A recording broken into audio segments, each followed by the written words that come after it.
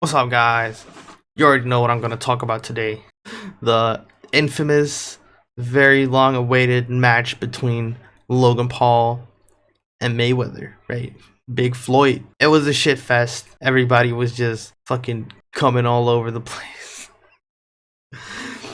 But to be realistic, the only losers are the people who bought the pay-per-view for 50 V-bucks. You guys are the only losers, but at the same time you're the only MVP for the people who streamed it, for the other people who didn't want to buy it. Because come on, who's gonna buy 50 V-bucks pay-per-view to watch a white boy hug a professional boxer, right? So I set an alarm clock. I set an alarm for 4:50 a.m. so I could wake up, watch the match, because I already knew that I wasn't gonna be able to stay awake all night. And the fight started at the main event started at 5 a.m. my time, right? So it didn't make sense for me to stay up all night. And the first thing I saw was Logan Paul wearing his I think it's a first edition hollow heart Charizard around his neck, and that pretty much disappointed me. That pretty much set some kind of precedent for what was gonna happen after the fight, the whole everything. And Logan Paul, he's pretty much the one who started the big Pokemon card scalpers incident that's been taking place recently, but that's for another time, and that was not the place and time to talk about it. And even though this may seem like a win for Logan Paul, it's definitely not. Realistically, Floyd took this dub by a fucking landslide. That's for sure. I can tell you that. I gotta admit though, the fight spawned a lot of memes, spawned a lot of funny memes, a lot of funny shit, a lot of funny tweets, especially when Floyd started smirking, which is fair, very fair. He was laughing to the bank. That's him seeing his money stack up. And Logan Paul probably went home that night, showering in the cum of his fucking fans, his big circle jerk of a fan base. It wouldn't surprise me. And then coming back to the memes, I love them. I enjoy the memes, especially the ones with the SpongeBob match, the SpongeBob boxing match, where you see Patrick and SpongeBob hug it out and stuff, because it was exactly what happened there. And the one with Floyd with his money, because he's laughing to the bank with his 20 mil from hugging a YouTuber. It's amazing, which is to be expected from a high profile event, right? You don't want to admit it, but it's a very high profile event. But nothing was funnier than Jake Paul being delusional about this whole situation, right? I mean, it's an accomplishment that Logan Paul did stay awake for those 8 rounds. I mean, he practically stayed awake, of course, that's something, which is a big accomplishment for someone fighting Floyd. Floyd is pretty much like that crackhead who can lift a fridge.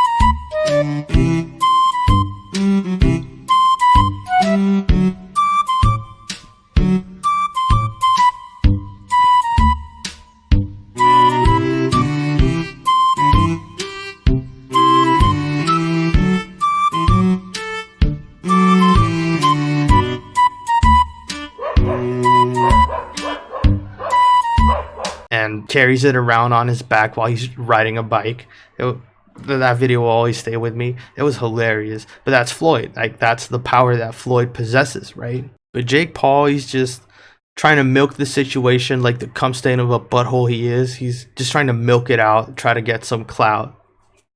And it's just amazing how delusional he is in this situation. Because as I said, there was a brief moment that Floyd pretty much he pretty much hit him so good that Logan Paul was getting knocked out, and then Floyd held him, which I sadly can't show you because the video might get strike, which is suck. You know what I mean? That's just sucky. Now, at first, Jake Paul wanted to be the funny guy. He's like, "Got your career," as a reference to him grabbing Floyd's hat and just running around with it before getting beat up by a security, right? The situation caused a lot of commotion, and it should have ended with Jake Paul being beat to a fucking pulp. Like, he was ready to see Jesus He was ready to see the Lord and Savior, but he didn't because the event was a big cash grab and it was most likely scripted. It's fucking scripted. But the Jake Paul tweet that took the cake was him saying 50-1, holy fuck, my brother just beat Floyd Mayweather. That was straight up lying, straight up fucking cap. He was there, which is even crazy. He was there, and sadly, we had to see his fucking face the whole time too. He was just getting shots throughout the event. Like, why would I have to see him? This is not about him. This was not about him at all, and we still have to see him, right? He had a different fight, an unfair fight too, but I already talked about that. Like, as I said before, the only losers are the people who paid 58 coins to watch this match on pay-per-view, because like they wasted some big money on a big ass cash grab that was gonna get 13-year-old kids hooked to boxing because their favorite YouTuber joined the match, right? They challenged Floyd and they're like, oh shit, we're gonna make some big major fucking shekels from this, right? Like, the biggest cash grab of this whole situation is that everybody was just hoping, like, it wasn't everybody's wet dream to see Logan Paul getting beat the fuck out, like getting beat to a pulp fiction. But I'm still convinced that Trisha Paytas and Gabby Hanna still have to step in the ring. That's something that still has to happen, because I want to see Gabby Hanna beat the fuck up. I want to see her nose like triple in size. She can turn into the monster that she was singing about. And as some of you may know, I already earned my stripes as a boxer.